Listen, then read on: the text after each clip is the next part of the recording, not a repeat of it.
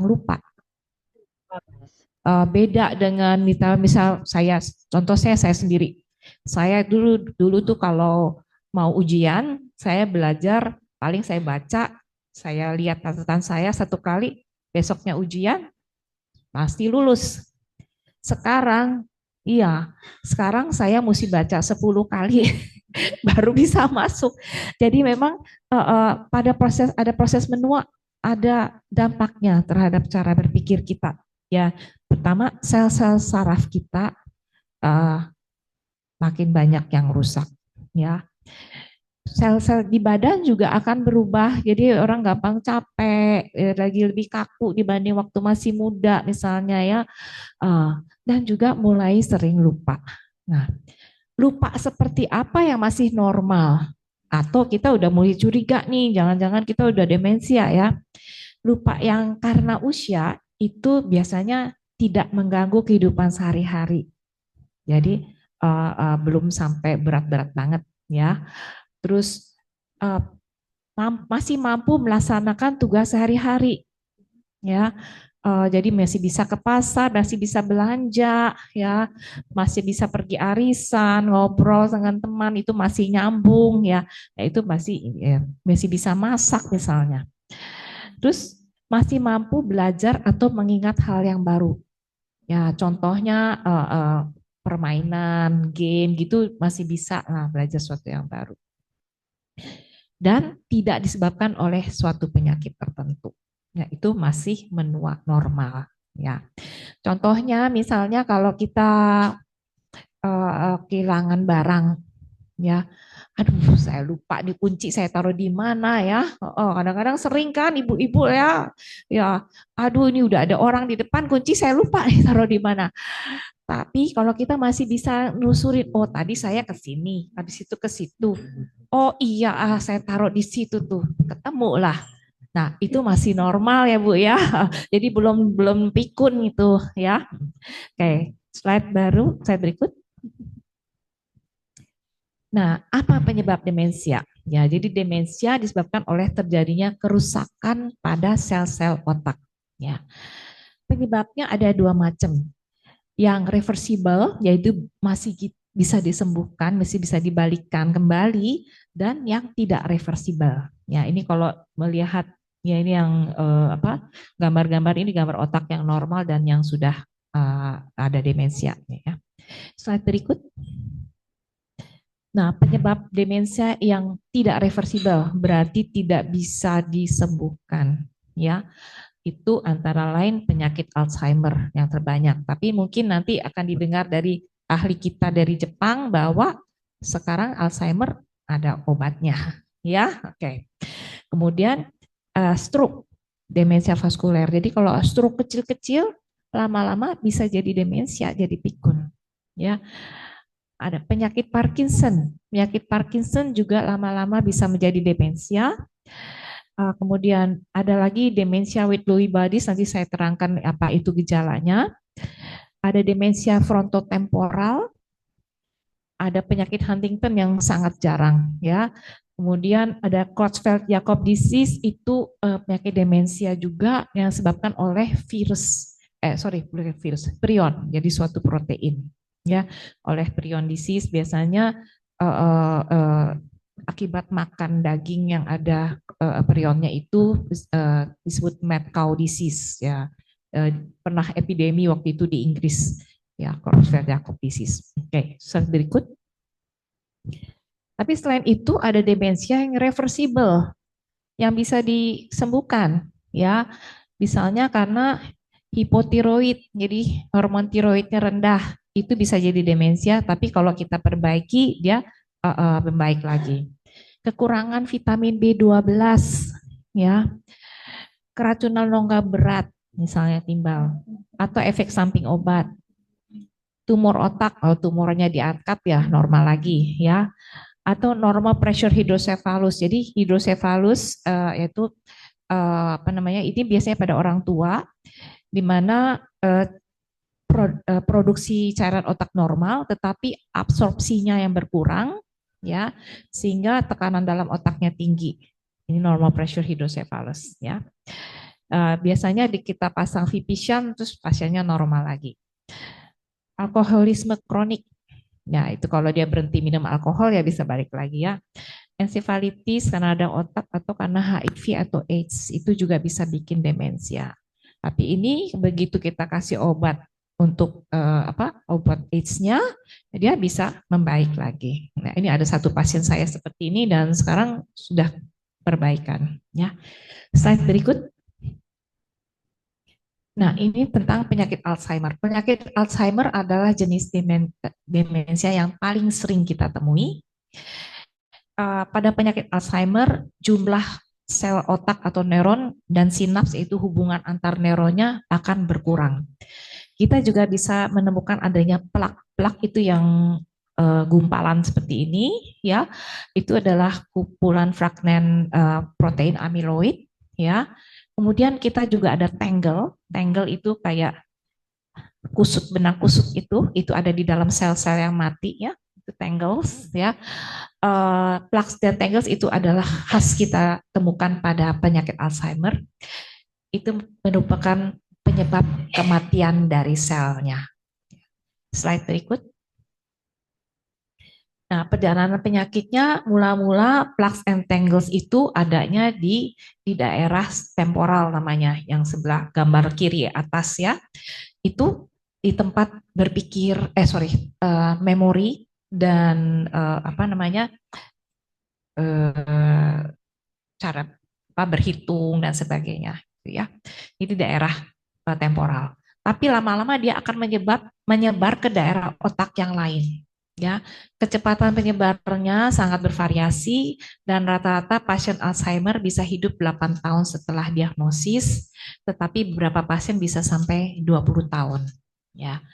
Perkembangan penyakit tergantung umur dan penyakit penyerta. Ya, jadi kalau misalnya selain ada Alzheimer dia ada penyakit jantung dan sebagainya, dia akan lebih berat lagi. Kemudian Alzheimer dini itu terjadi 20 tahun sebelum diagnosis. Jadi begitu kita nemukan ada gejala, itu sebetulnya prosesnya terjadi 20 tahun sebelumnya. Ya, jadi sudah ada kelainan di otaknya 20 tahun sebelumnya. Ya. Alzheimer ringan dan sedang umumnya berlangsung 2 sampai 10 tahun. Alzheimer lanjut bisa bertahan 1 sampai 5 tahun. Slide berikut. Jadi stadium dini gejalanya kadang belum terdeteksi. Plaques dan tangles mulai timbul pada area otak yang mengatur daya ingat dan belajar, berpikir dan berencana di daerah temporal. Ya, nanti lama-lama menyebar ke seluruh otak. Ya. Slide berikut. Ada 10 tanda penyakit Alzheimer. Ya, yang pertama, yang pada Alzheimer yang paling jelas adalah gangguan memori.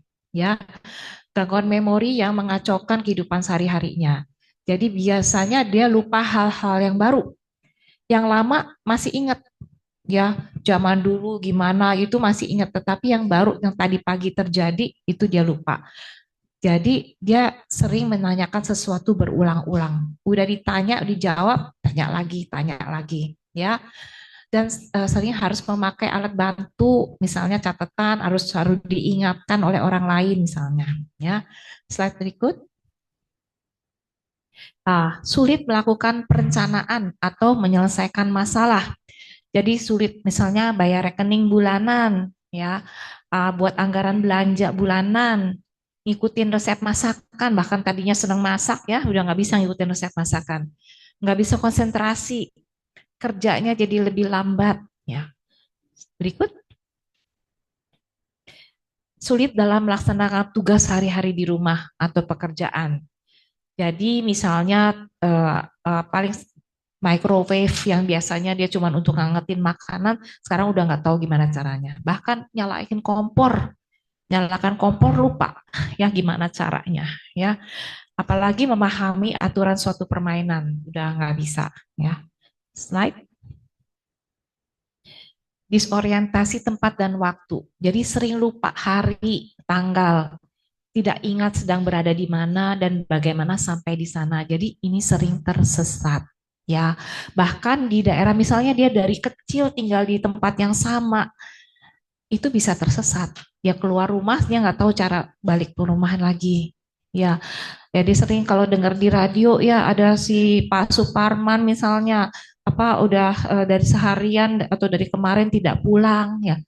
Ini karena dia sudah nggak inget lagi eh, apa di mana rumahnya. Kalau dia pergi keluar dia nggak bisa pulang lagi. Dan jeleknya orang-orang dengan demensia ini kalau nggak bisa lihat pintu, begitu lihat pintu pasti dia pengen keluar. Ya, jadi harus selalu dijaga, jangan sampai keluar rumahnya. Yang berikut, oh sorry, terus, oke, balik lagi, balik lagi, balik satu slide, balik satu slide. Ya, kesulitan memahami gambar visual dan hubungan spasial. Jadi membaca jadi makin susah, ya, nggak bisa memperkirakan jarak. Jadi hati-hati kalau orang dengan demensia itu kita jangan kasih tangga, lebih baik pakai kayak rem, rem turunan begitu. Kalau tangga dia nggak bisa ngira-ngira jarak, jadi sering jatuh, ya. Kesulitan dengan warna dan kontras, ya. Jadi kalau misalnya ubinnya warnanya hitam putih, dia kira yang hitam itu lubang.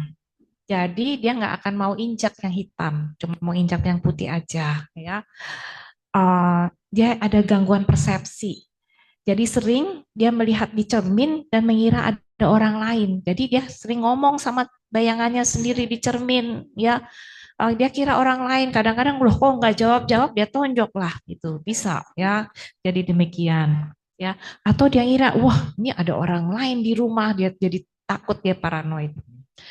Terus kesulitan bicara dan menulis. Dia sulit mengikuti pembicaraan, ya. Jadi sering mengurang kalimat dan sulit menemukan kata yang tepat. Ya, jadi kalau bicara dengan orang dengan demensia, jadi nggak boleh cepat-cepat dan nggak boleh panjang-panjang. Jadi satu kalimat yang pendek dan apa namanya cuma satu konsep. Misalnya jangan ibu nanti kita ibu mandi ya habis mandi kita jalan-jalan habis itu sarapan ya bingung dia mandi itu aja ibu ayo sekarang kita mandi tuh jadi jangan kebanyakan informasi ya. Slide berikut sering lupa noro barang tadi ya barang taruhnya sembarangan kadang-kadang ini kayak dompet ditaruh di tempat buah misalnya terus ya nggak bisa nemu lagi di mana ya meletakkan barang di tempat yang tidak lazim, sering kehilangan barang, dan tidak bisa menemukan kembali. Dan kadang menuduh orang mencuri barangnya. Jadi sering ribut dari rumah. Ya, oh ya ada pencuri di rumah si ini nih pasti nyuri. Jadi ramai ya. Saat berikut. Nah, berkurang atau hilangnya judgement atau kebijakan. Ya, jadi misalnya pengemis dikasih uang 100.000 misalnya ya terus tidak memperhatikan kebersihan diri dan kerapian berpakaian jadi kadang-kadang keluar kamar mandi telanjang nggak pakai baju misalnya ya atau pakai bajunya terbalik-balik ya oke. Slide berikut menarik diri dari pekerjaan atau kegiatan sosial jadi tidak lagi mau melakukan hobinya olahraga favorit aktivitas sosial atau pekerjaannya. Ya, jadi yang tadinya masih seneng pergi arisan, ngobrol sama teman-temannya, udah nggak mau lagi. Yang sering di pengajian, udah nggak mau lagi. Ya, yang masih tadinya seneng masak, udah nggak mau lagi masak. Ya, jadi udah cuman mau diem aja, nggak mau bergaul, nggak mau ngapa-ngapain. Ya, slide berikut perubahan suasana hati dan kepribadian. Jadi saya bilang kepribadiannya bisa berubah ya.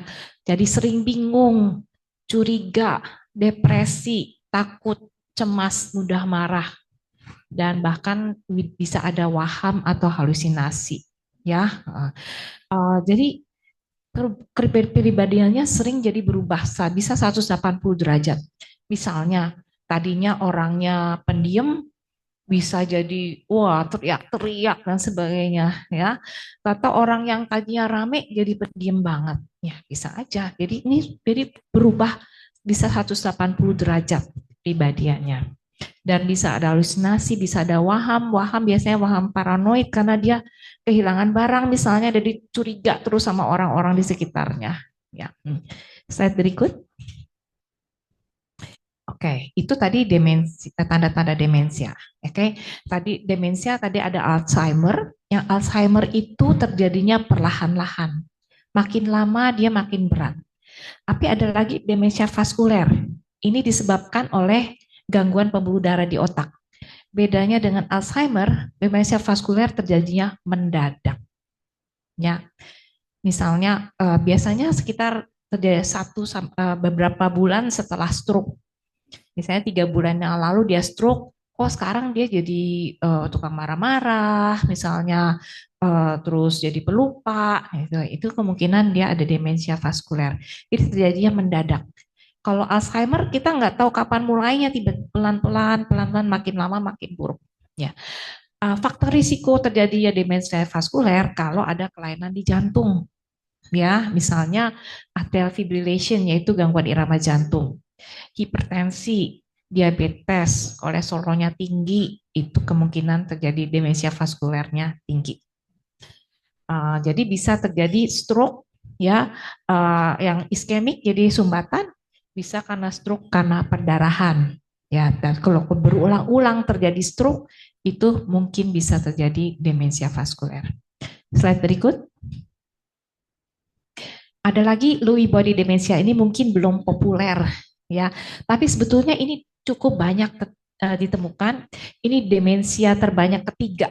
Jadi yang pertama Alzheimer, kedua demensia vaskuler, ketiga Lewy body demensia. Ya, disebabkan oleh Lewy body itu yang tadi ada gambarnya. Lewy body itu ada di dalam sel-sel saraf. Ya, gejalanya ada gejala seperti Parkinson, jadi kaku, ya, atau ada tremor, tapi lebih banyak kakunya. Kemudian ada halusinasi visual, terus dia ada gangguan kognitif juga, bisa lupa dan sebagainya, tetapi berfluktuatif. Jadi beda dengan kayak Alzheimer, pelan-pelan, makin lama makin jelek. Kalau yang dementia with Lewy bodies itu hilang timbul. Ya, jadi misalnya berapa hari dia normal semua, ngobrol bisa, bisa makan minum bagus. Tiba-tiba besoknya teriak-teriak, halusinasi, aku segala macam. Terus berapa hari kemudian normal lagi. Nah, itu demensia with Lewy bodies. Tapi memang makin lama periode normalnya makin sedikit. Semakin berat penyakit, periode yang apa gelisahnya, periode gangguan kognitifnya makin sering. Ada dua jenis, demensia with Lewy bodies atau Parkinson disease demensia. Kalau Parkinson disease demensia itu mulainya dengan Parkinson dulu, lama-lama dia menjadi demensia. Berikut. Kemudian ada frontotemporal demensia. Kalau ini lebih jarang, ya jarang sekali. Saya selama saya praktek cuman ketemu bangsa 5 pasien mungkin ya. Ini terjadi kerusakan pada lobus frontalis dan temporalis di otak. Gejala klinisnya usianya lebih muda, usianya kurang dari 60 tahun. Ya, dan keluhan daya ingatnya tidak dominan, tetapi lebih banyak gangguan perilaku atau afasia, jadi gangguan bicara. Ya, saya ada beberapa pasien, satu pasien saya seorang profesor di bidang bahasa. Dia pernah bikin kamus malah, ya. Tetapi yang nomor satu hilang adalah bahasanya. Dia nggak bisa bicara dan tidak mengerti pembicaraan. Terus ada gangguan perilaku juga, dia rebutan makanan sama cucunya, ya. Jadi ya lapar terus, maunya makan terus ya. Jadi gangguan bahasa. Ada lagi satu pasien saya dengan frontotemporal demensia, mantan tentara. Tiap malam dia nembakin rumah tetangga dari atas. Ya, jadi gangguan perilaku. Tukang dia berantem sama tukang becak, nonjok tukang becak segala macam ya. Jadi ini frontotemporal demensia. Jarang tapi usianya lebih muda dan ini tidak ada terapinya, obatnya nggak ada. Obat-obat yang untuk Alzheimer segala nggak mempan pada pasien ini. Ya. Slide berikut. Slide. Nah, ini bagaimana kita membedakan itu demensia ada segala macam ininya apa penyebabnya. Yang pertama, kalau demensia Alzheimer disease AD itu Alzheimer disease atau penyakit Alzheimer, yang pertama timbul adalah gangguan daya ingat. Ya, lama-lama ada gangguan lain, bahasa, gangguan visuospasial, ada depresi, waham dan lain-lain. Tapi itu belakangan. Nomor satu, memori dulu. Ya. Kalau frontotemporal demensia, kayak yang tadi saya ceritain, perilaku dan bahasa yang menonjol. Kalau Creutzfeldt-Jakob disease itu yang penyakit sapi gila, ada kejang, ya, myoklonus, ataksia, gangguan gerak, ya. Pada normal pressure hidrocephalus yang tadi karena produksi absorpsi cairan otaknya berkurang, itu selain demensia atau pikun ada inkontinensia. Jadi nggak bisa nahan kencing dan nahan buang air besar, ya. Kemudian ada gangguan jalan, jadi sulit berjalan. Ya, itu normal pressure hidrocephalus. Yang berikut. Kemudian ada demensia with Lewy bodies. Tadi gangguan kognitnya berfluktuasi, hilang timbul, ya berapa hari bagus, tiba-tiba jelek, besoknya bagus lagi, ya. Kemudian yang sering juga halusinasi visualnya lebih jelas dan ada gejala seperti Parkinson, ya gemeter atau kaku. Kemudian Huntington disease itu penyakit yang jarang, biasanya ada gangguan gerak, ya Korea seperti orang menari dan gangguan seperti sakit jiwa, ya. Kemudian progresif supranuclear palsy, ini gejalanya mulainya dengan gangguan gerakan bola mata, ya, dan gangguan praksis. Jadi walaupun dia nggak ada kelumpuhan, tetapi dia tidak bisa melakukan sesuatu. Misalnya disuruh nyisir rambut, kita nyisir rambut kan pakai pura-pura ngambil sisir begini. Kalau ini dia bingung gimana caranya, nggak bisa. Ya.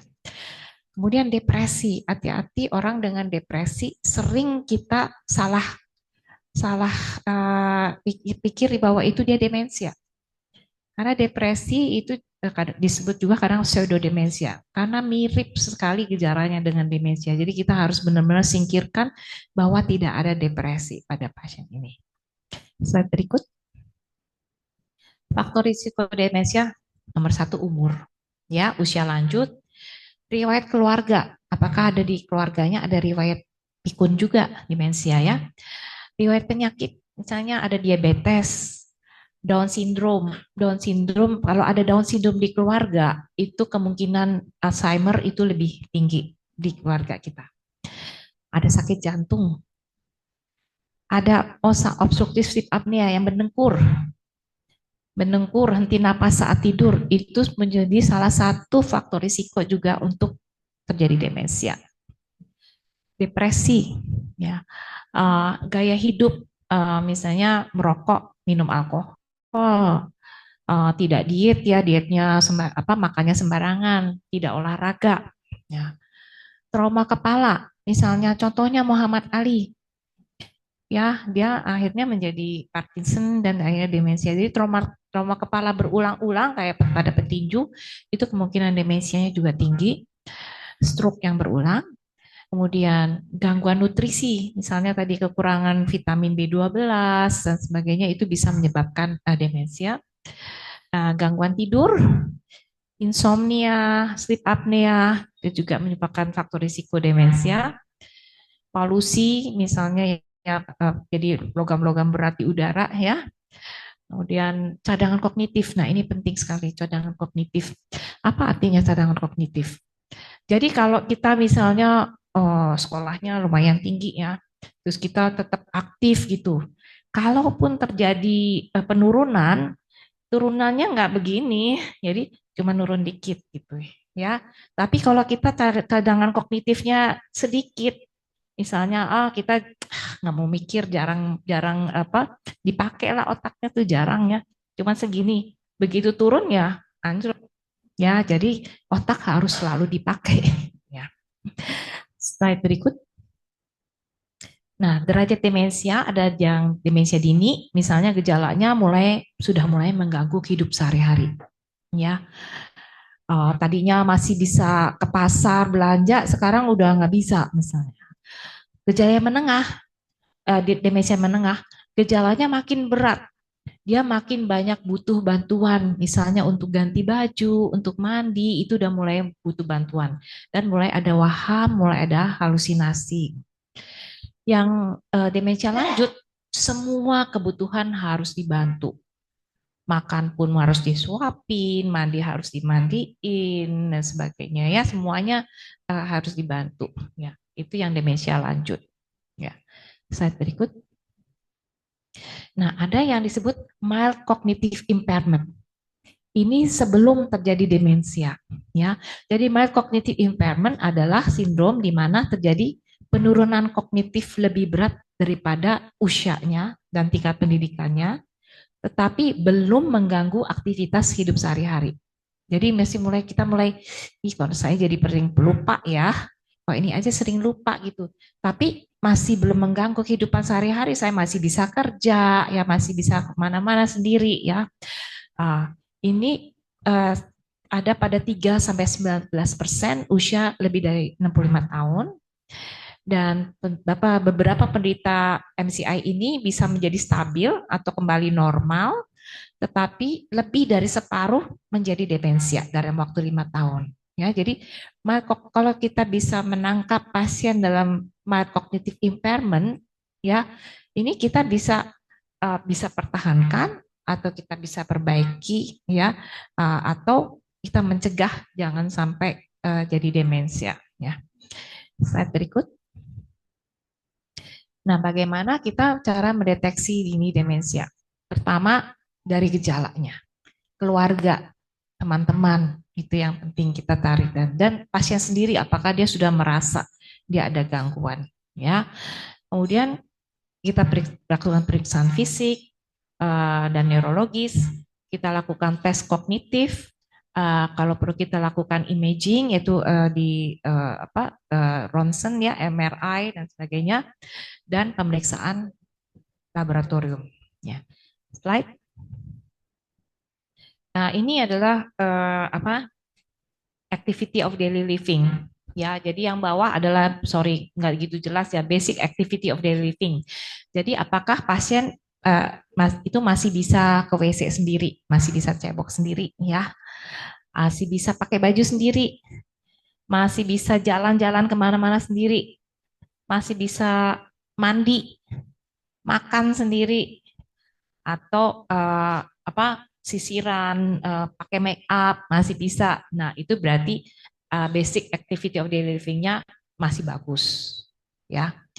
Uh, Terus kita lihat lagi apakah instrumental activity of daily living-nya masih baik, yaitu masih bisa pakai telepon, ya, masih bisa pakai kompor, masih bisa pakai microwave misalnya, belanja sendiri, masih bisa keluar rumah sendiri, jawab-jawab email, ya, terus mengerjakan sesuatu di rumah, masak misalnya, masih bisa pegang uang, ya, jadi nggak uang sembarangan dia kasih ke sembarang orang misalnya, uh, terus masih bisa melakukan hobinya, dan masih mengerti kalau kita kasih keterangan. Itu berarti instrumental activity of daily living-nya masih baik.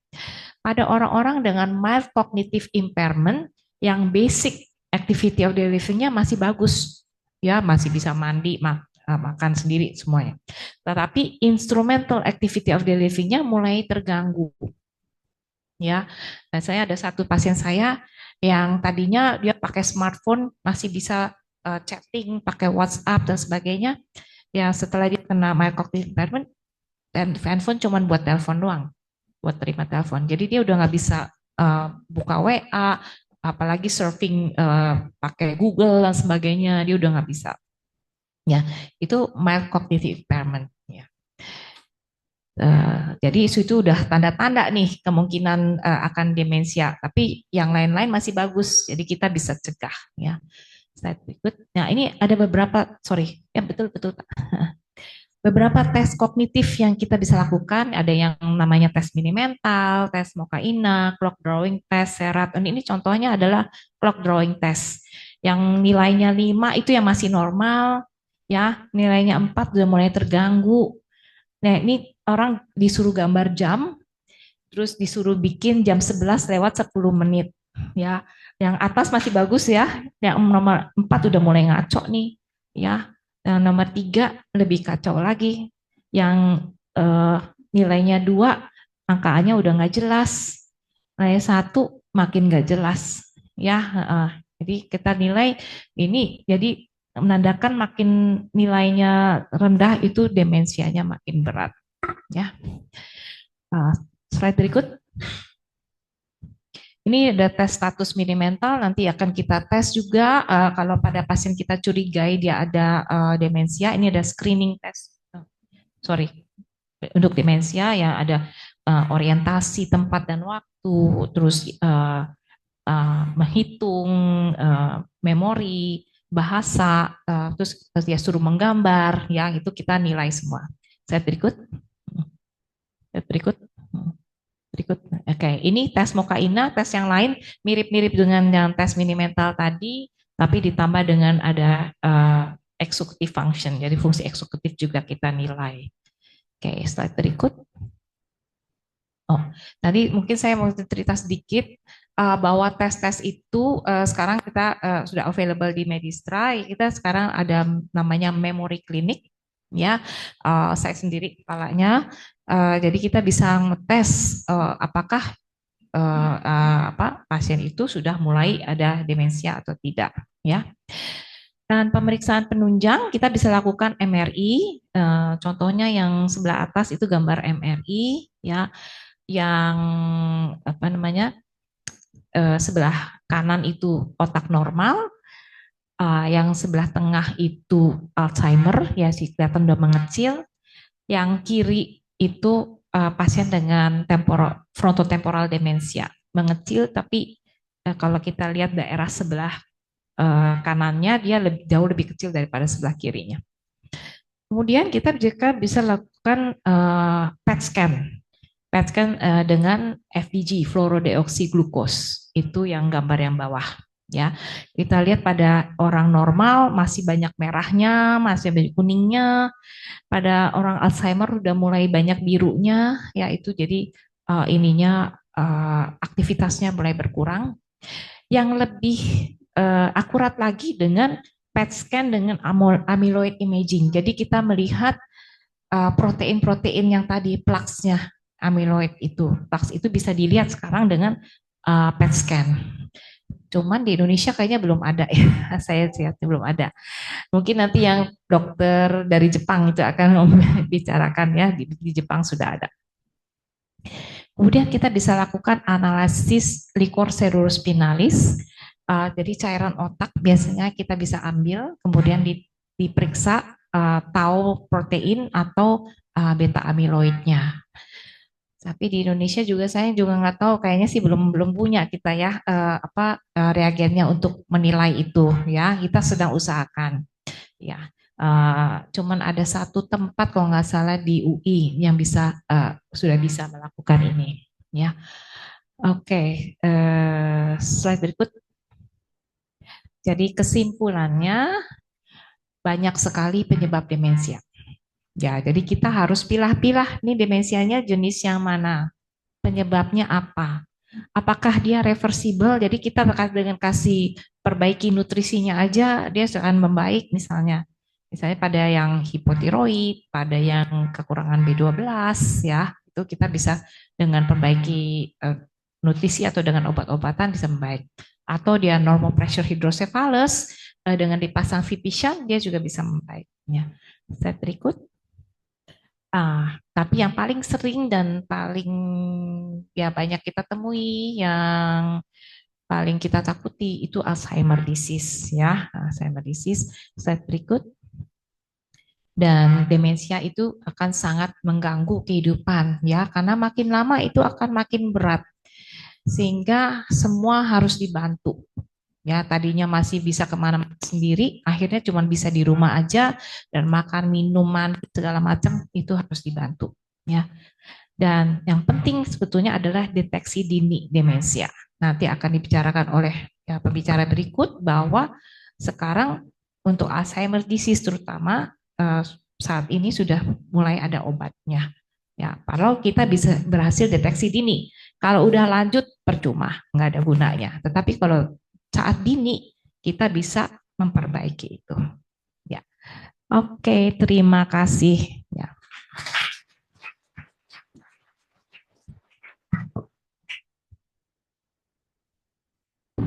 Baik, terima kasih Dokter Rima atas sesi presentasinya yang sangat lengkap dan komprehensif.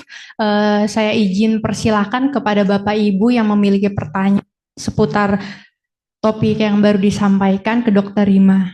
Dokter Rima, izin kami persilakan duduk di sofa sebelah kiri ya, Dokter. Baik, ya. Penanya pertama, Ibu sebutkan nama dan langsung pertanyaan. Terima kasih, Dokter. Selamat pagi, Dok.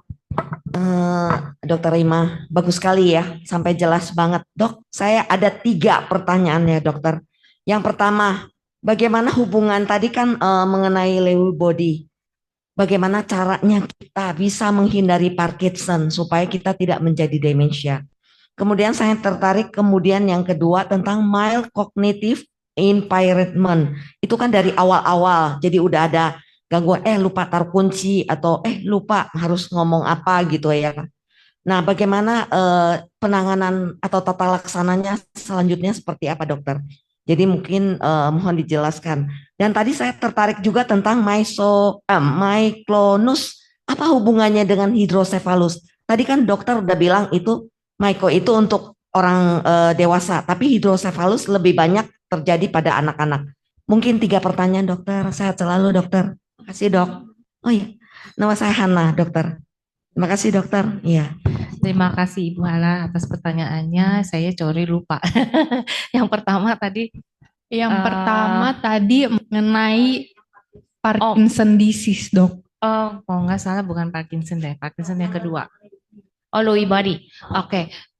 Parkinson disease itu tidak bisa, belum ada pencegahannya. Ya, jadi kita nggak tahu ya. Parkinson disease itu bisa diturunkan, jadi ada keluarga nenek kakek dengan Parkinson kita bisa kena juga, tapi ada juga yang sporadis. Jadi cuman tidak ada riwayat keluarga, tapi kita sendiri yang Parkinson itu juga masih bisa. Ya, biasanya kalau tadi Parkinson disease itu lama dia perburukannya lama. Jadi bisa 10 tahun, 20 tahun ya. Tapi beda dengan tadi Lewy body demensia. Jadi kalau Parkinson disease lama-lama dia bisa menjadi demensia tapi dengan 10 sampai 20 tahun kemudian. Lewy body ya fisik dulu, motorik dulu, ya kaku dulu, gemeter dulu ya, jalannya makin sulit ya. Tapi kalau Lewy body demensia dari awal atau beberapa bulan setelah dia mulai gemeter itu sudah mulai ada gangguan berpikir, memori dan sebagainya. Ya. Dan sayangnya itu belum ada cara mencegahnya. Ya. Oke, terus yang kedua tentang mild cognitive impairment. Jadi pada mild cognitive impairment kita kalau misalnya ditemukan pada saat mild cognitive impairment kita bisa mencegah supaya jangan terlalu berat. Nomor 1 adalah faktor-faktor kardiovaskuler. Kalau misalnya ada hipertensi, ada diabetes, ya kolesterolnya tinggi, kita bisa turunkan dulu ya. Dengan ada satu obat yaitu donepezil itu dikatakan juga bisa bermanfaat untuk mild cognitive impairment. Jadi kita bisa gunakan donepezil itu ya. Terus yang terakhir normal pressure hydrocephalus. Nah, Oke, normal jadi hidrocephalus bukan hanya terjadi pada anak-anak. Iya, pada orang tua pun bisa sering terjadi.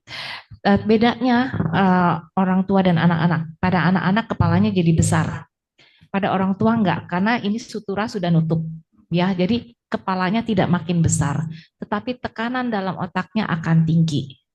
Ya, gejalanya pada normal pressure hydrocephalus pertama adalah demensia, pikun itu, ya. Kemudian dia ada gangguan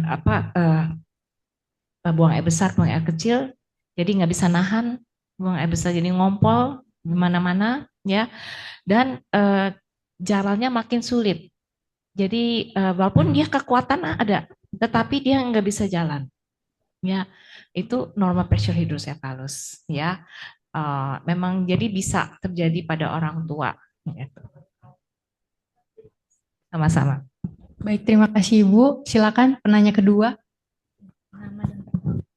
Saya Dr. Yanti, saya mau menanyakan, yang pertama adalah lupa itu apa selalu berarti demensia? Satu. Kedua adalah apa namanya? Apakah demensia itu bisa dicegah? Masalahnya kalau tadi kita lihat ada yang apa namanya reversible dan irreversible. Yang reversible tadi dikatakan ada kekurangan vitamin B12 dan itu kan bisa dicegah kemungkinan. Tapi yang lain-lain, yang Alzheimer atau yang lain-lain, apakah bisa dicegah? Dan kalau itu dicegah, dicegahnya pakai apa? Yang ketiga adalah dengan adanya pemeriksaan-pemeriksaan genetik yang canggih pada saat ini, apakah ada gen-gen tertentu yang nantinya itu menentukan kemungkinan terjadinya demensia pada akhirnya? Itu terima kasih. Yang pertama tadi Dok, apakah lupa langsung dihubungkan dengan demensia? Tadi, lupa belum tentu demensia. Ya, jadi apa bedanya orang yang lupa biasa gitu ya karena usia dan sebagainya dengan lupa pada demensia. Nomor satu pada demensia itu jadi memorinya hilang. Kadang pada lupa yang biasa itu memori tidak hilang, tetapi simpennya yang sembarangan, jadi agak susah mencarinya kembali. Ya, misalnya nama orang, kayak, aduh, Dokter Yanti, saya nih kayaknya ini saya udah pernah ketemu nih, cuman saya lupa namanya siapa ya, saya lupa sekali. Tapi lama-lama, langsung Dokter Yanti ketemu, inget deh namanya. Berarti ingatan saya nggak hilang, dia masih ada di situ, cuman saya mengambilnya agak susah gitu. Jadi atau misalnya dikasih 3 nama, Dokter Yanti, Dokter Natasha, Dokter Agung, wah saya ini Dokter Yanti pasti. Jadi pengenalan itu masih ada. Ada orang yang dengan demensia itu hilang sama sekali, ya. Jadi pengenalan kembali juga nggak bisa, terus dia juga nggak bisa mengingat kembali, hilang sama sekali itu memorinya, ya. Terutama pada biasanya memori jangka pendek. Ya, jadi misalnya tadi pagi makan apa, itu dia udah nggak ingat lagi, ya. Terus bertanya berulang-ulang, karena sudah dijawab, dia tanya, dijawab, masih nanya lagi, karena dia nggak ingat bahwa udah dijawab gitu, ya. Misalnya juga makan, biasanya minta makan, padahal tadi kan udah makan, saya belum, tadi belum makan, ya itu.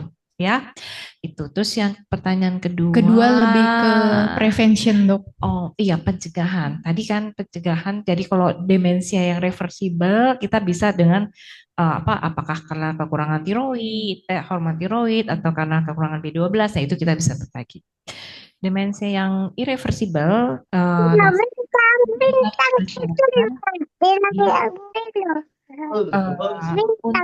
Alzheimer sekarang sudah ada obatnya, baru aja di approve oleh FDA tahun lalu kalau nggak salah, ya. Nanti akan dibicarakan. Itu bisa memperbaiki dengan terbukti memperbaiki juga baru ya, lebih 12 bulan. Terus apa yang kita bisa lakukan sebetulnya untuk mencegah terjadinya demensia? Nomor satu, faktor risiko kardiovaskuler itu harus kita kenali dan harus kita perbaiki. Pasien dengan hipertensi misalnya, itu harus minum obat hipertensi, nggak bisa enggak. Pasien dengan diabetes, ya itu juga harus. Kolesterolnya yang tinggi, yang 3 itu kita harus turunkan. Kemudian olahraga untuk otak, ya main catur dan sebagainya, dan olahraga fisik. Ternyata malah bahkan ada suatu penelitian, olahraga fisik itu lebih banyak melindungi seseorang dari demensia dibanding olahraga otak. Jadi fisik dari muda harus dijaga, harus olahraga dari muda, jangan nunggu udah tua ya. Memang ya dari muda harus mulai olahraga ya itu. Jadi terus kalau memang udah ada sakit jantung dan sebagainya harus minum pengencer darah, ya itu yang harus dikerjakan. Ya, dan mencegah trauma. Jadi kalau dia profesinya petinju ya susah ya, itu kemungkinan dia trauma. Mencegah trauma itu juga bisa. Autornya. Stres, tapi mungkin depresi ya. Depresi itu bisa merupakan faktor risiko demensia. Oh, satu lagi mungkin yang itu sleep apnea dan insomnia itu juga bisa menjadi demensia. Pertanyaan ketiga saya belum jawab, sorry. Yang tiga tentang apa ya? Tentang apa namanya genetika. Oh, genetik. Nah, untuk genetik agak ini karena penyebab demensia macam-macam genetiknya, tapi kayak Alzheimer, misalnya Alzheimer disease, itu bukan hanya faktor genetik, tetapi faktor lingkungan juga berperan. Jadi sampai sekarang kita belum tahu penyebabnya dari Alzheimer disease. Ada sih genetiknya juga ApoE4 dan sebagainya, tapi nggak semua orang yang punya gen itu akan menjadi Alzheimer. Jadi kita masih belum tahu. Jadi peranan genetik belum gitu jelas ya. Mungkin ada yang lain. Baik, terima kasih. Sebentar kita buka sesi pertanyaan dari via Zoom dulu, Ibu-Ibu. Silakan Pak Agus Haryanto yang raise hand, bisa open mic untuk bertanya langsung ke Dr. Rima. Terima kasih, Dr. Rina. Tadi disampaikan bahwasanya Medistra sudah bisa membuat mendeteksi diagnosa demensia dini. Nah, pertanyaannya adalah, melalui diagnosa tadi apakah bisa kita ketahui bagaimana kemampuan motorik kita dan juga kemampuan daripada otak kita gitu, sehingga bisa dihambat ataupun diperlambat terjadinya demensia dengan tindakan-tindakan tadi, tindakan fisikah atau terkait dengan motorik berarti fisik, atau terkait dengan otak tadi berarti seperti apa harusnya sehingga memperlambat kemampuan demensia kita. Kira-kira gitu, Dok. Terus terang saya sendiri, saya umur 70 tahun, masih sangat aktif, Dok. Masih main golf dan juga masih di grupnya komisaris, sehingga masih aktif. Apakah kalau saya tadi dites, demensia mulainya 60, sehingga bisa diketahui, oh kamu harus memperlambat seperti ini, harus kurangilah kegiatanmu fisik, kemudian kegiatan otakmu, kira-kira gitu, Dok. Terima kasih. Baik, Dok. Ya, terima kasih Pak Agus, hebat ya, masih aktif ya Pak Agus ya. Ya memang pada pemeriksaan biasanya kita pemeriksaan fisik dulu, ya pemeriksaan fisik, pemeriksaan neurologis, baru kita lakukan tes-tes ya tadi, ya. Jadi kalau misalnya ternyata dari pemeriksaan fisik ada kelemahan satu sisi, misalnya kita curiga ada stroke, baru kita mintakan misalnya MRI untuk jangan-jangan pernah ada stroke kecil sebelumnya yang tidak terdeteksi. Dan sebagainya. Jadi pemeriksaan motorik juga akan kita lakukan. Jadi semua pemeriksaan fisik neurologis kita lakukan. Terus apa yang bisa dilakukan kalau misalnya terdeteksi ada kelainan, ya? Yang biasanya kalau memang sudah mulai ada gangguan pada kognitifnya, tadi kita akan cegah supaya jangan memperburuk. Misalnya Bapak masih kerja, ya itu lebih bagus tetap bekerja. Ya, tadi otak yang bagus adalah otak yang dipakai, bukan yang disimpan saja, Pak. Jadi kalau Bapak masih kerja itu bagus, apalagi Bapak masih olahraga, itu teruskan. Paling kalau kita cek lagi apakah Bapak ada darah tinggi, kencing manis, sakit jantung, diabetes, nah itu kita harus perbaiki untuk mencegah jangan terjadi stroke misalnya ya, itu yang akan memperburuk apa namanya bisa menyebabkan demensia juga. Itu Pak ya. Jadi kalau Bapak masih olahraga, masih kerja, ya itu yang diharapkan diteruskan Pak. Terima kasih dokter. Baik, terima kasih Bapak Agus untuk pertanyaannya. Terima kasih untuk Dokter Rima untuk sesi tanya jawabnya. Silakan beri tepuk tangan sekali lagi untuk pembicara pertama kita, Dokter Rimawati. Baik dokter, izin kita akan memberikan penghargaan kepada Dokter Rima oleh Ibu Monica Lembong sebagai Presiden Direktur dari Rumah Sakit Medistra. Dipersilakan untuk maju Bu.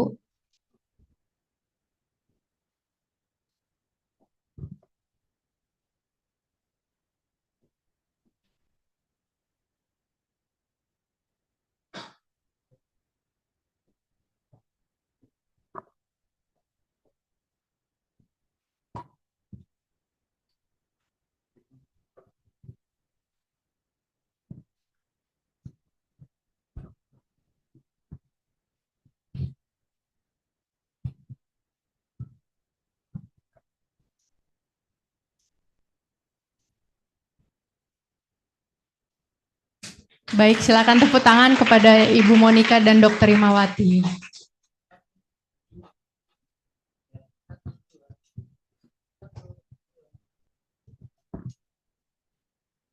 Terima kasih Dokter Rima, terima kasih Ibu Monica. Baik Bapak Ibu dokter sekalian, kita lanjut ke pembicara kedua oleh Prof. Takashi Kudo.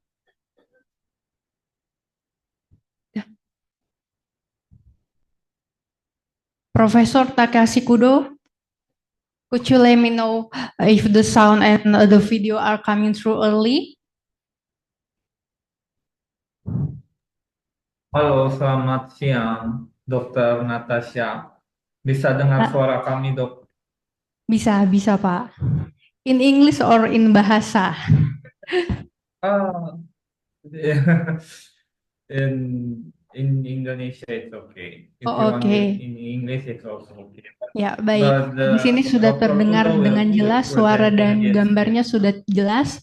Apakah di sana Profesor juga sudah mendengarnya?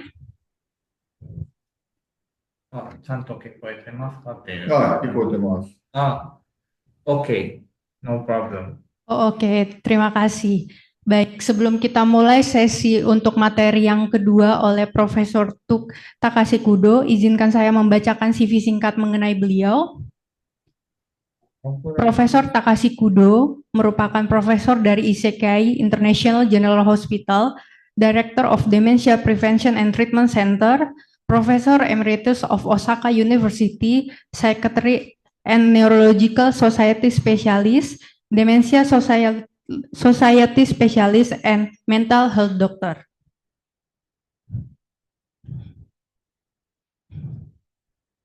Oke, kepada Profesor Takashi Kudo kami persilakan untuk memberikan sesi materinya. Baik, Dokter Natasha, terima kasih. Ini saya share screen-nya dulu ya. Apakah, wait.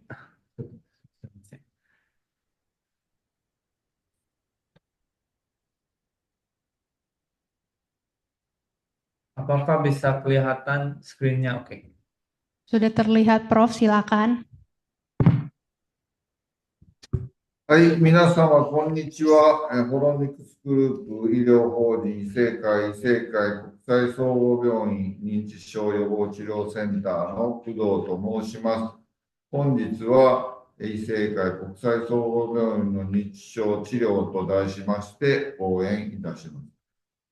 Halo semuanya, saya Dr. Kudo, Direktur Pusat Pencegahan dan Perawatan Demensia Rumah Sakit Umum Internasional Isekai, yang kemudian bakal kami singkat jadi IIGH. Dan hari ini saya akan memberikan topik berjudul Advanced Dementia Treatment at Isekai International General Hospital.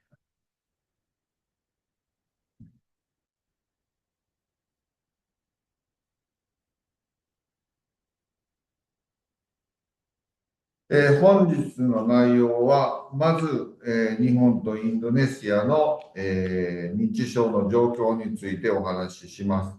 で、次に、医政会国際総合病院 IIGH における先進的な診断方法についてお話しして、次に IIGH の先進的な治療についてお話しいたします。Jadi topik hari ini akan saya awali dengan membahas situasi demensia terkini di Jepang dan Indonesia. Selanjutnya saya akan menjelaskan metode diagnostik tingkat lanjut di IIGH dan kemudian menjelaskan tentang pengobatan tersebut. 日本は世界でもトップクラスの高齢者化社会です。2022年には、人口の 30% が、65歳以上の高齢者になることになります。そして、3600万人の 12%、443万人が認知症であるということになります。日本の総人口は1億2400万人で、その 30% が高齢者であるという数字を覚えてください。Jadi Jepang merupakan salah satu negara dengan tingkat penuaan paling tinggi di dunia. Pada tahun 2022, 30% dari populasi atau kurang lebih 36 juta orang sudah berusia 65 tahun ke atas. Dari 36 juta tersebut, 12% atau sekitar 4,43 juta orang menderita demensia. Jadi harap diingat bahwa total populasi Jepang adalah 124 juta orang dan 30%-nya adalah lansia. Jadi angka ini tolong diingat. これはインドネシアの人口です。日本に比べて若者が多い国です。しかし、これによりますと、2030年には、高齢者の割合がインドネシアでも約 15% になります。インドネシアの人口は2億5000万人で、ちょうど日本の倍になりますので、この時点で前のスライドでお見せした日本の 30% が高齢者という同じ状況になります。Jadi ini adalah demografi Indonesia. Dibanding dengan Jepang, jumlah generasi muda Indonesia terbilang banyak. Namun, menurut perkiraan, proporsi penduduk lanjut usia akan menjadi sekitar 15% pada tahun 2030. Jumlah penduduk Indonesia adalah 250 juta atau 2 kali lipat dari penduduk Jepang. Indonesia akan berada dalam situasi yang sama dengan Jepang pada tahun 2030, di mana dengan 15% dari penduduk akan menjadi usia lanjut. Dengan angka yang tadi disebutkan Dr. Kudo, dengan jumlah penduduk 2 kali, dengan persentase 15%, akan membuat jumlah penduduk Indonesia tahun 2030 akan sama dengan Jepang sekarang. これは世界的な認知症の分布を示すグラフです。この中でアルツハイマー病は半分以上を占めます。続いて脳血管性の認知症、それからレビー小体型の認知症、前頭側頭葉型の認知症がいます。Jadi ini adalah grafik yang menunjukkan distribusi demensia di seluruh dunia. Dari jumlah tersebut, penyakit Alzheimer menyumbang lebih dari setengahnya, diikuti oleh demensia cerebrovaskular, demensia Lewy, dan demensia lobus frontotemporal. ここからは IIGH の先進的な診断機器について説明していきます。まずはスイーテスラーの笑いです。脳萎縮などの診断で認知症診断の基本となります。脳梗塞や脳出血など脳血管性認知症の診断には必須です。後で述べますが、アルツハイマー病のアミロイド抗体薬の副作用チェックにも、3テスラの MRI は有効な機材です。Dari sini kami akan menjelaskan peralatan diagnostik yang dimiliki IIGH, Isekai.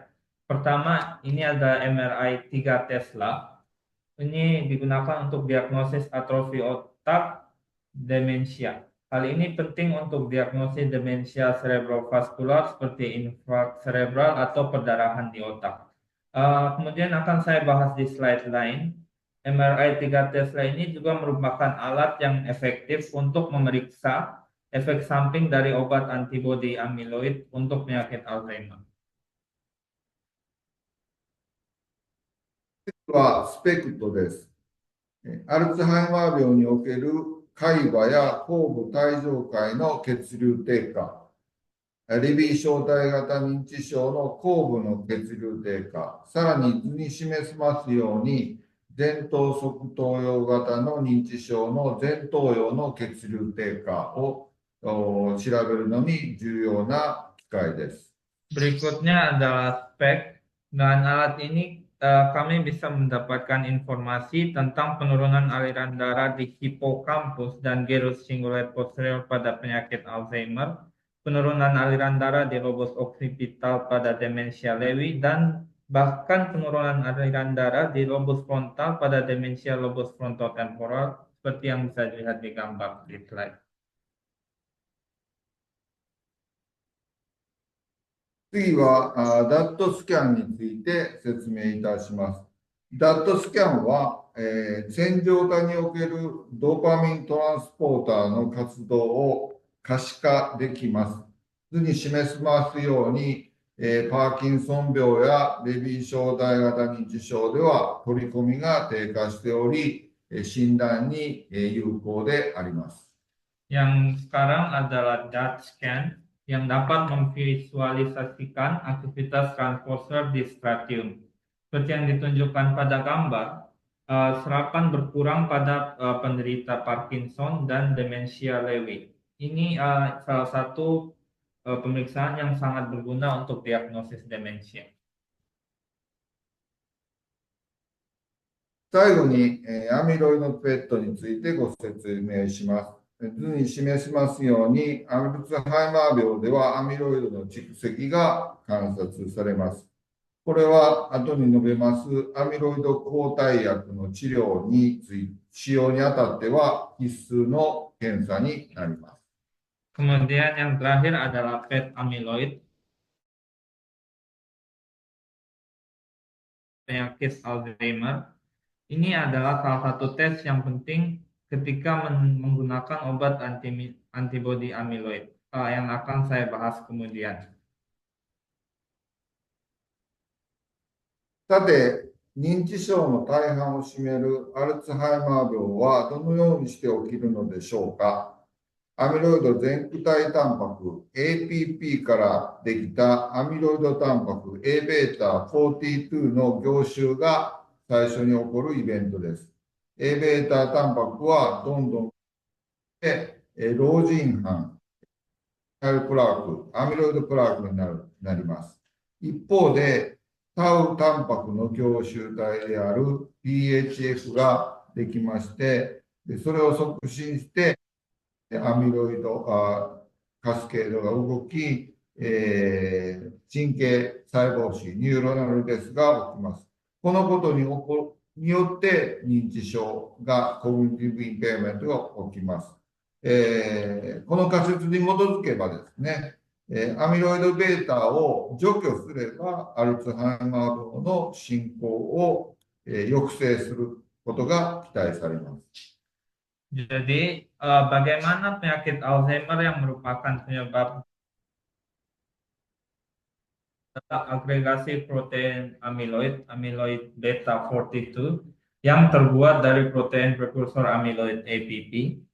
Diperkirakan bahwa protein amyloid beta berkumpul dengan cepat untuk membentuk plak pikun, plak amyloid, sekaligus meningkatkan PHF yang merupakan agregat protein tau. Ini menyebabkan kematian sel saraf dan berkembangnya demensia. Ya, ini yang disebut hipotesis kaskade amyloid.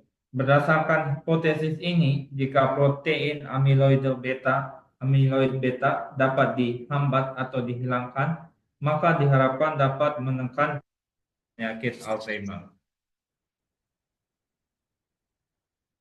アルツハイマー病では、アミロイド全体、タンパクからベータセクレテース、ガンマセクレテースによってアミロイドベータタンパクが生成され、プロトフィブリル、フィブリと凝集していき、最終的には老人斑に、なります。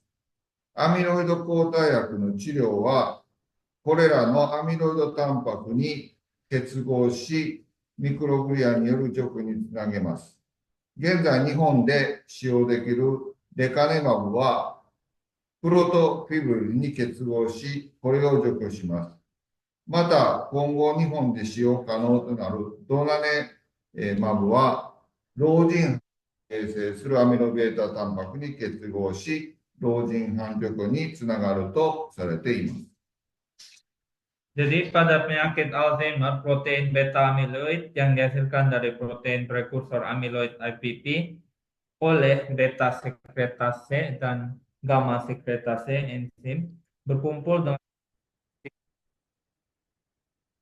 plak amyloid. Pengobatan antibodi amyloid berikatan dengan protein amyloid tersebut yang menyebabkan pembuangnya melalui mikroglia.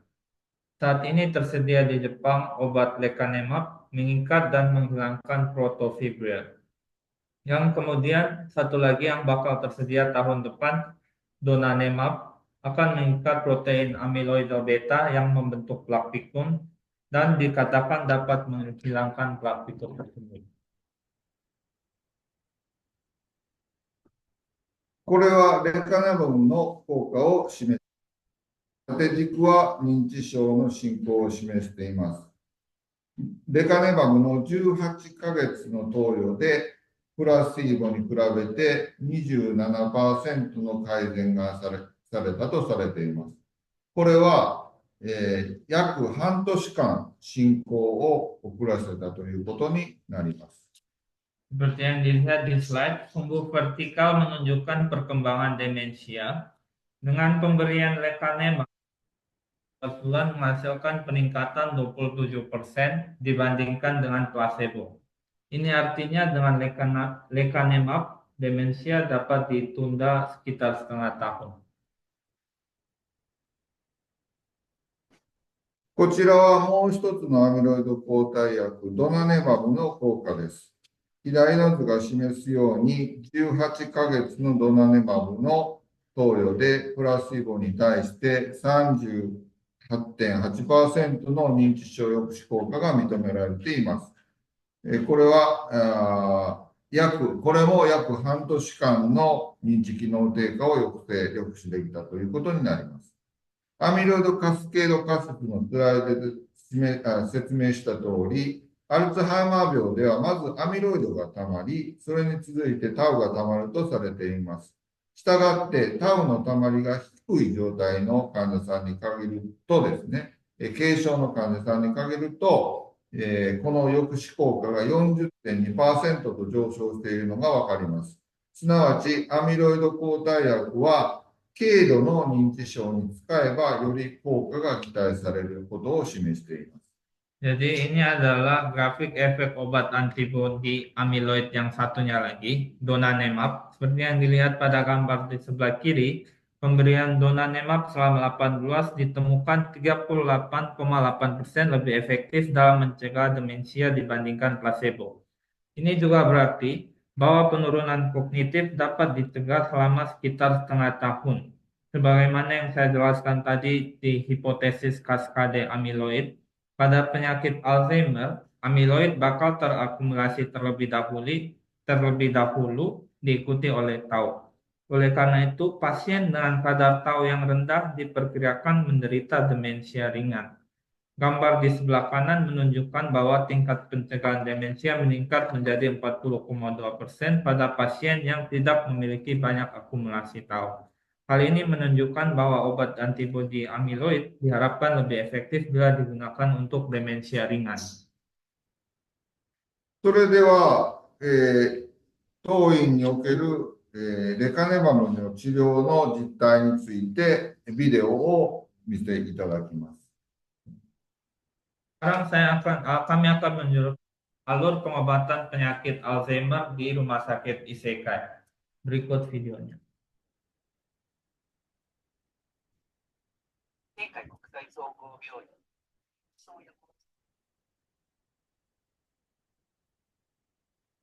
Jadi ini adalah alur untuk menerima pengobatan lecanemab, salah satu obat terbaru untuk mengatasi demensia Alzheimer.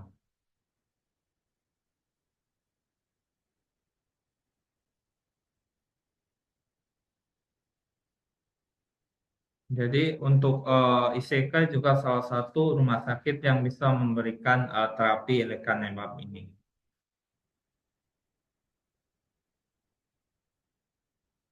Jadi untuk menerimanya pertama perlu letter of introduction dari dokter di sana. Di sini akan kami lakukan terapinya. Pertama adalah konsultasi dengan dokter spesialis. Bisa dilihat di sini Dokter Pudo sedang menerima konsultasi pasien. Tapi sebenarnya ada syarat pasien yang bisa menerima obat dan pasien yang tidak bisa menerima lecanemab.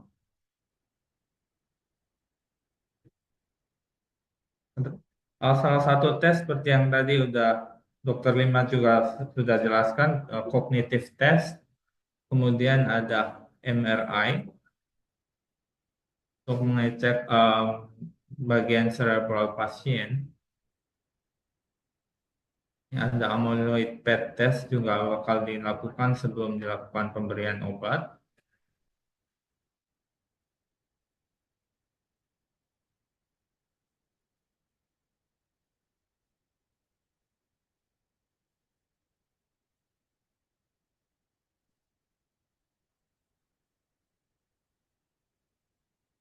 Jadi ini berbeda dengan tes PET-CT biasa menggunakan yang lebih ringan, jadi tidak perlu khawatir.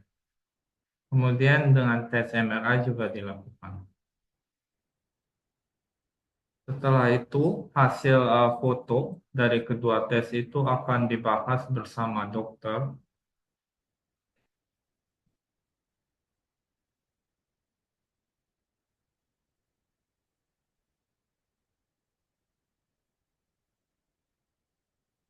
Bila tidak bisa menerima obat lecanemab juga ada kayak untuk olahraga dan berbagai macam guidance lain. Di sini adalah gambar ilustrasi pemberian lecanemab. Setelah pemberian lecanemab, pasien juga perlu melakukan MRI secara rutin sebanyak 3 sampai 4 kali untuk melihat efek samping dari obat.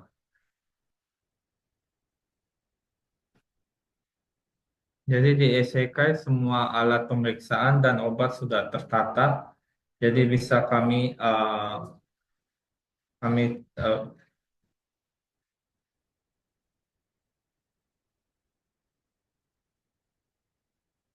maaf, jadi demikian dari video penjelasan pengobatan lecanemab.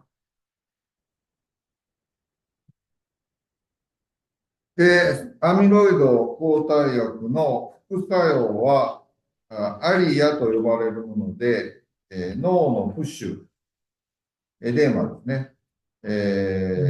それから脳の出血、ヘモレッジが起こります。このために、アミロイド抗体薬投与中は、年間3回ほど MRI を頻回に取りながら、こういうことが起きてないかを調べます。Jadi seperti yang disebutkan di video, efek samping dari obat antibodi amyloid disebut ARIA yang meliputi edema cerebral ARIA E dan pendarahan otak ARIA H. Oleh karena itu, pasien diharuskan untuk melakukan MRI kurang lebih 3 kali setahun untuk memeriksa apa ada efek samping atau tidak. このアリアの出現頻度は、アルツハイマー病のリスク遺伝子であるアポイの遺伝子の型によって変わることが分かっています。アポイの遺伝子には、イプシロン2、イプシロン3、イプシロン4がありますが、表に示すように、イプシロン4の遺伝子を2つ持つ患者さんでは、全く持たない患者さんに比べて、アリア E では6倍、アリア H では3倍に上昇します。したがって、当院で、異性会では、事前にアポイの遺伝子解析を行い、例えば、アリア、イプシロン4を2つ持つさんの投与に関しては十分に話し合いを持ち、投与する場合は通常以上に MRI を撮影するスケジュールを組みます。Diketahui bahwa frekuensi ARIA berubah tergantung pada genotip ApoE yang merupakan gen risiko penyakit Alzheimer. Jadi gen ApoE memiliki epsilon 2, epsilon 3, dan epsilon 4 yang seperti ditunjukkan pada tabel. Pasien dengan dua gen epsilon 4 memiliki sekitar 6 kali lebih banyak ARIA I dan 3 kali lebih banyak ARIA H yang dibandingkan dengan pasien yang tidak memiliki gen tersebut.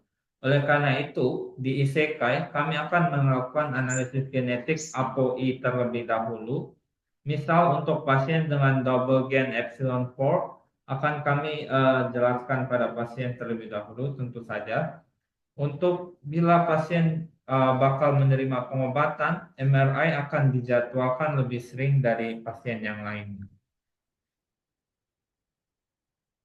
その MRI ですが、先ほど述べたように、IIGH は3テスラの機種で撮影します。スライドは左が3テスラの機種で撮った SWI 画像で、右が 1.5 テスラで撮った T2、いわゆる T2 スターの画像です。脳出血を見ていますが、脳の実質では、どちらでも出血はこのように見ることができます。しかしながら、小脳では、3テスラではここに見えますけども、1.5 テスラでは見えないということで、このように、IIGH では3テスラの MRI を使って安全なアミロイド抗体療法を実現しています。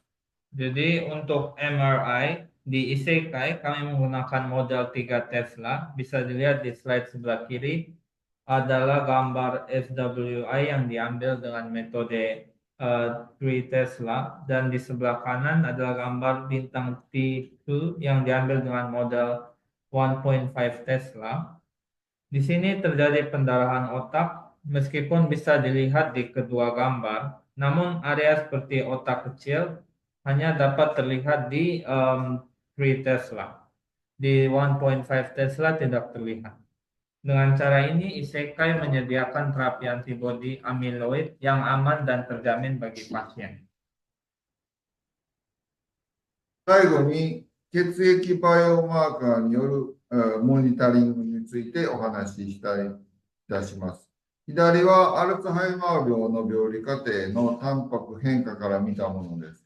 アミロイドカスケード仮説でお話ししたように、アルツハイマー病ではまずアミロイドタンパクが、蓄積し、それを追うようにタウタンパクが蓄積していきます。IIGH では血液中のリン酸化タウ、P タウ、2.217 217の高感度エライザで、測定していきます。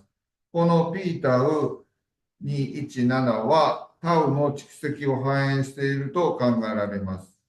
このようにアミロイドペットで見た蓄積と P のタウ217の相関を見ますとよく相関していることがわかります。すなわちアミロイドカスケード仮説によってアミロイドがたまり、そしてタウの順に蓄積していくという様子がわかります。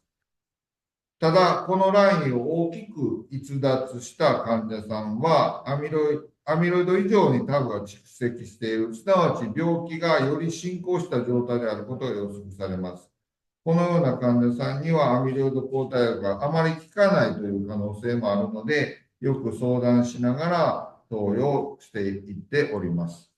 Terakhir, saya ingin menjelaskan tentang pemantauan menggunakan biomarker darah. Gambar grafik sebelah kiri menunjukkan proses patologis penyakit Alzheimer dilihat dari perubahan protein. Seperti yang disebutkan dalam hipotesis kaskade amiloid, pada penyakit Alzheimer, protein amiloid terakumulasi terlebih dahulu, diikuti oleh akumulasi protein tau. Di Isekai IIGH, kami akan mengukur tau PTAU 217 terfosforilasi dalam darah menggunakan high-spec ELISA, dan ini diperkirakan dapat mencerminkan akumulasi tau. Seperti yang bisa dilihat di grafik sebelah kanan, terdapat korelasi antara akumulasi amiloid dan p-tau 217 berdasarkan amiloid PET. Dengan kata lain, kita dapat melihat bagaimana amiloid dan tau terakumulasi dalam urutan ini melalui kaskade amiloid. Namun, pasien yang menyimpang secara signifikan dari garis ini, dari grafik tersebut, diperkirakan memiliki akumulasi tau lebih banyak daripada amiloid, yang berarti penyakitnya sudah dalam keadaan lanjut. Ada kemungkinan untuk pasien tersebut penggunaan obat antibodi amiloid tidak efektif, sehingga penggunaan obat itu bisa diprediksi. 発表は以上です。Thank you for your attention.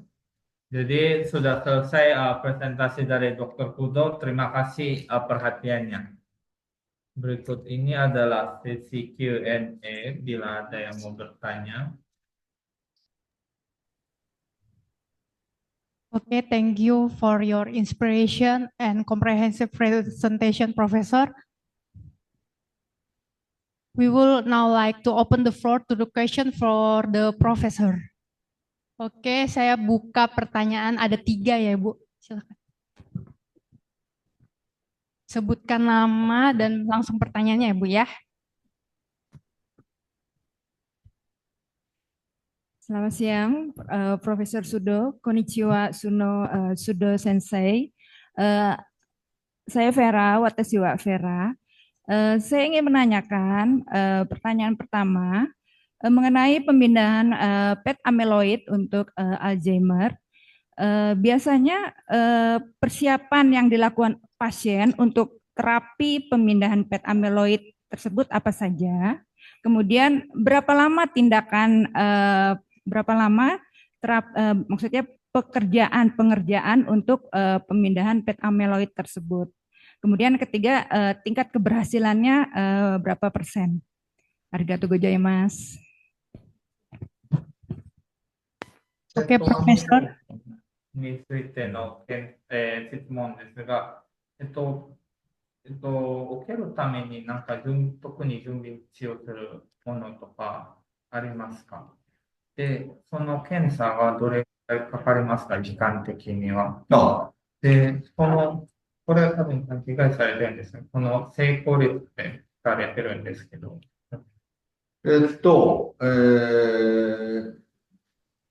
準備するものは特にないので、そのまま病院に来ていただければいいかと思います。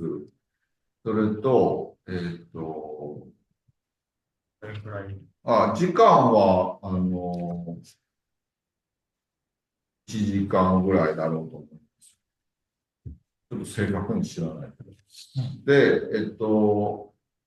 あと何ですか？確実に、脳内のアミロイドがあるかどうかは分かります。Jadi terima kasih untuk pertanyaannya Ibu. Jadi jawaban Dr. Kudo untuk PET amyloid test apa perlu persiapan? Jadi sebenarnya tidak perlu persiapan apapun, bisa langsung ke rumah sakit untuk mengikuti tesnya.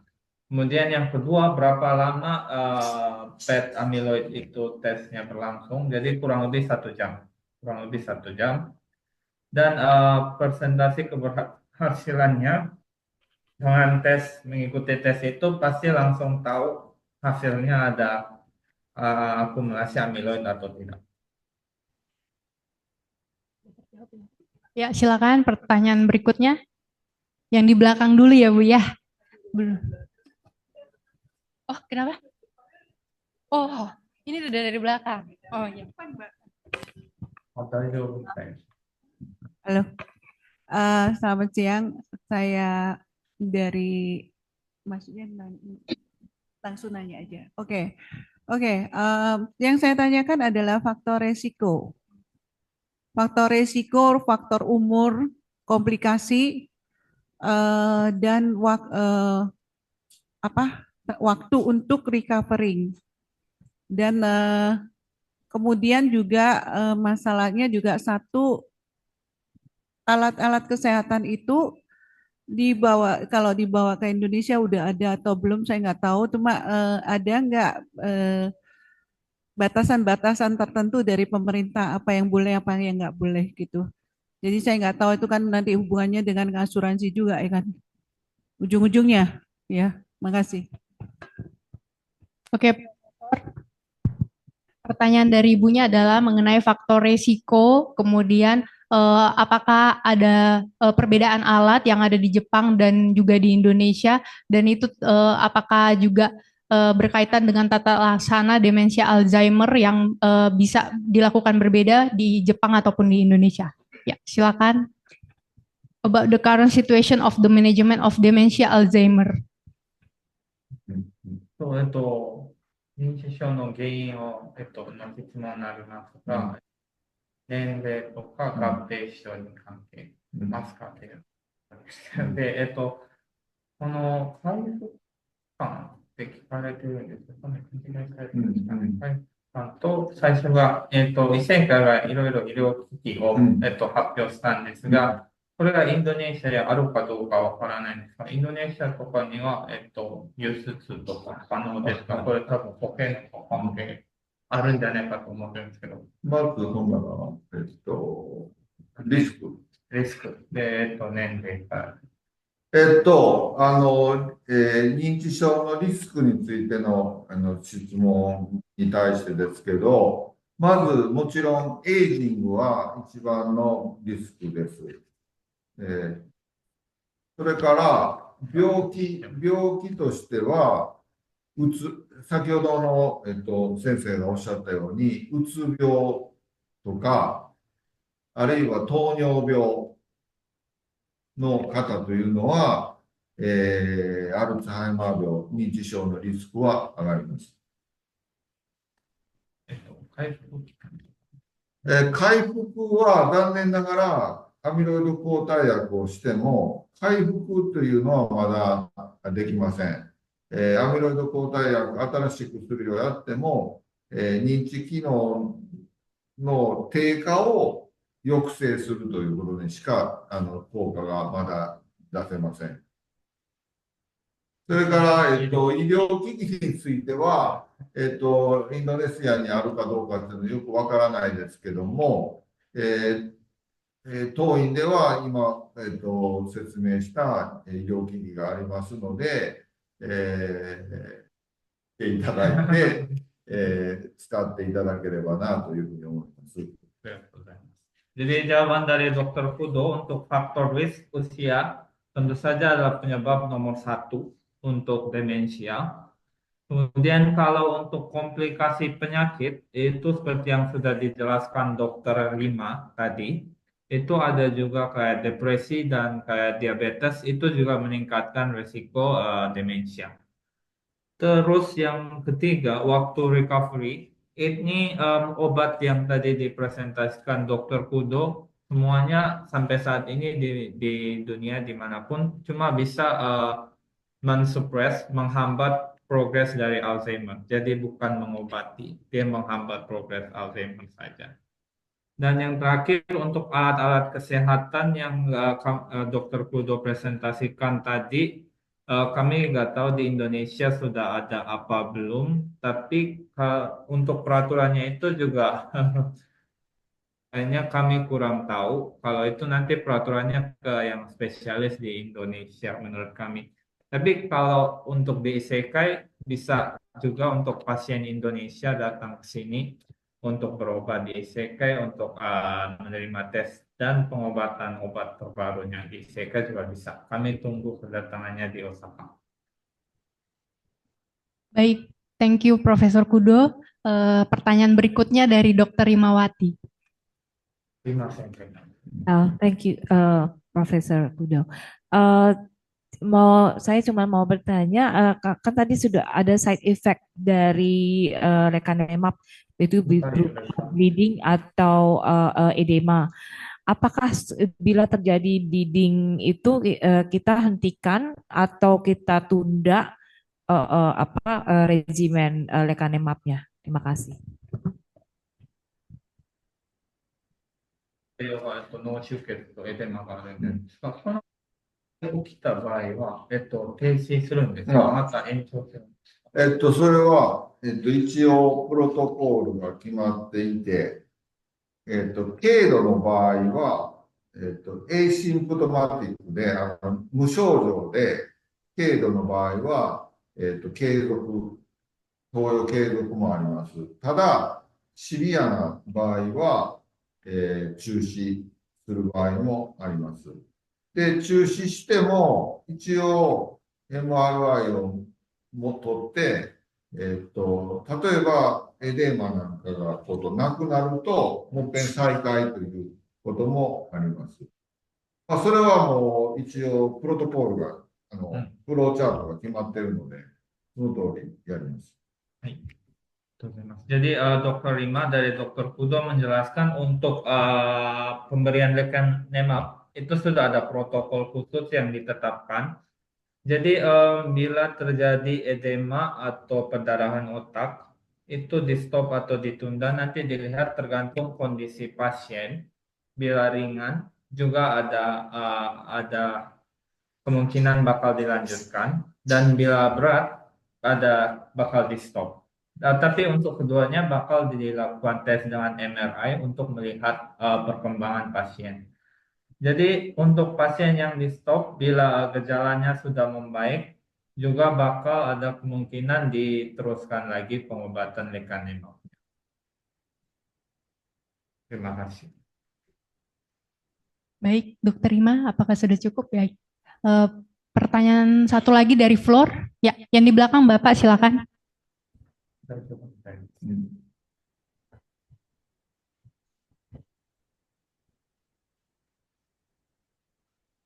Sebutkan nama langsung pertanyaan Pak ya. Yeah, good afternoon, Professor. I'm Stephen. I would like to ask before Professor said that eat the medicine, after that, after eat the medicine, and then to MRI the brain. The question is any side effect of the MRI for couple times?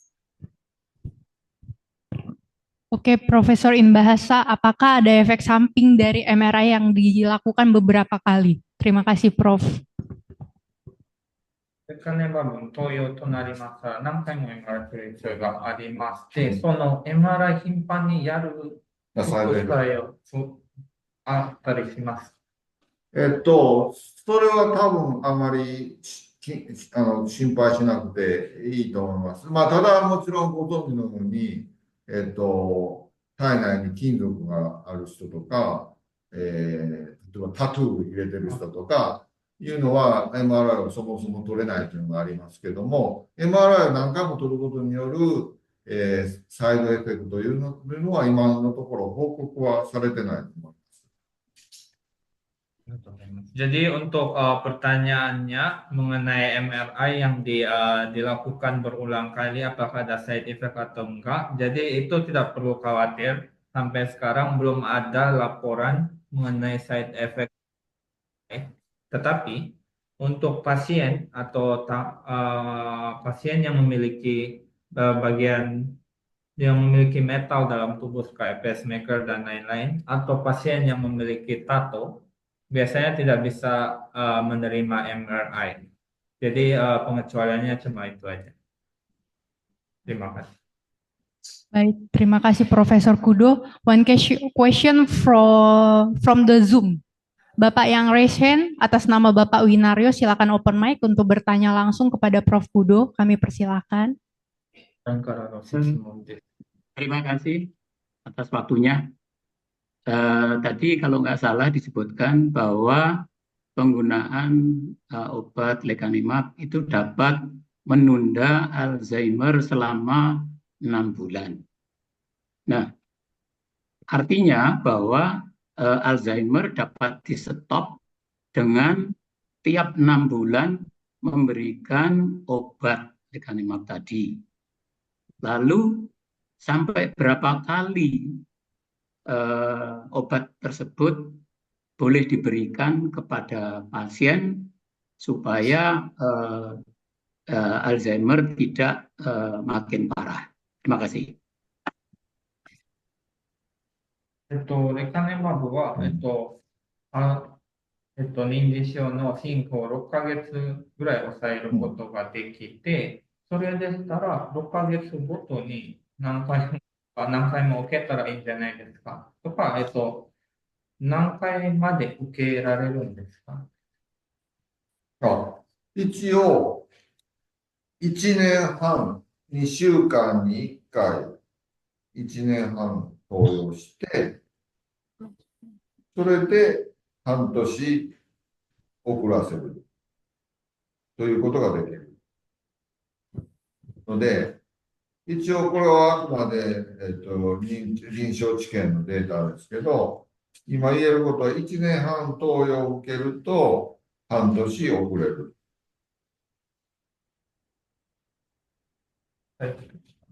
一応今のところ1年半投与してからさらに投与できるかどうかはまだ決まってません。Jadi terima kasih Bapak untuk jawaban dari Dokter Kudo.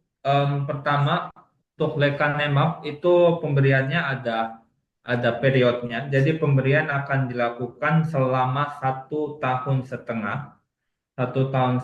2 minggu sekali. Ini dapat memperlambat progres demensia kurang lebih 6 bulan. Tapi ini hanya adalah hasil dari data dari pemeriksaan. Kemudian satu lagi, jadi boleh berapa kali menerima obat lecanemabnya. Jadi untuk sampai sekarang belum ada data yang untuk pasien mengenai penerimaan lecanemab yang berulang kali.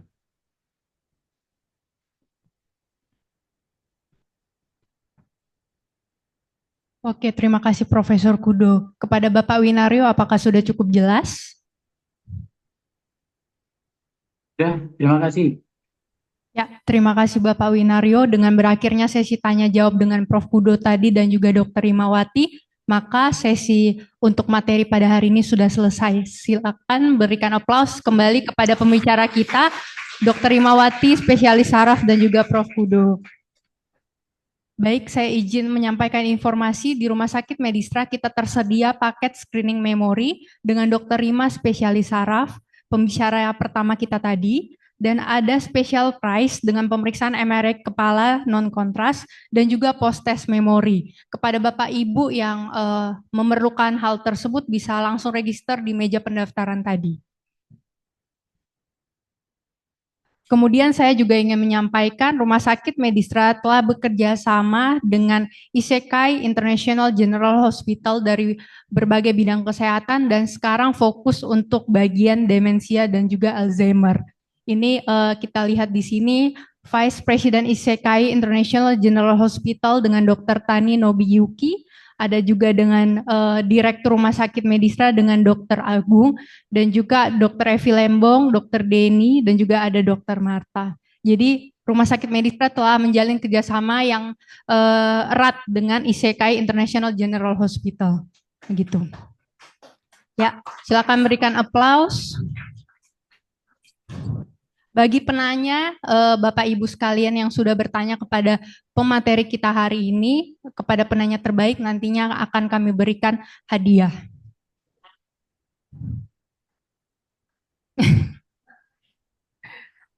Oke, baik. Sekali lagi terima kasih kepada Dr. Imawati, kepada Prof. Kudo untuk materinya yang sangat lengkap dan mudah dipahami oleh peserta. Saya izin menutup sesi materi pada siang hari ini dengan sebuah pantun. Siang hari makan kuaci, makan bareng dengan orang yang terkasih.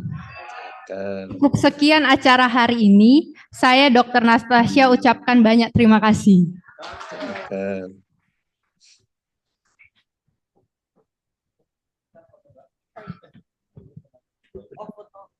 Oh.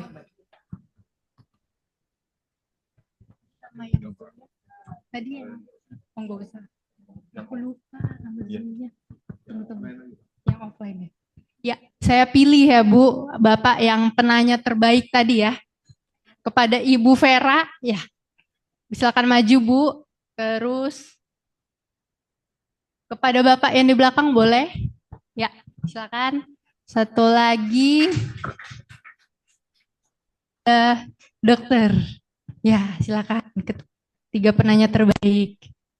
Kami undang dengan hormat Dr. Imawati juga ikut berfoto dengan para penanya terbaik, Dok. Silakan yang terhormat Dr. Agung untuk boleh memberikan bingkisan kepada para penanya kita, Dok.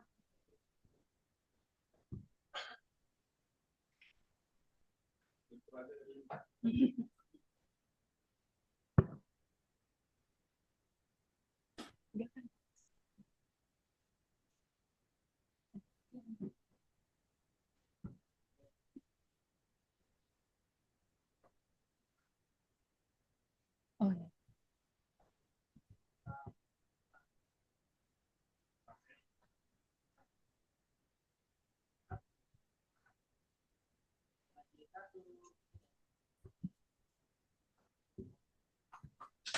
Ya, silakan berikan aplaus kembali. Terima kasih Dr. Agung, Dr. Rima, dan juga Bapak Ibu sekalian. Baik, demikian ya. Oh iya, sekarang sesi foto bareng ya Dok. Kami undang. Oh, untuk berkumpul di tengah, silakan Bapak Ibu dokter sekalian untuk kita semuanya bisa berfoto bersama. Boleh tolong diatur?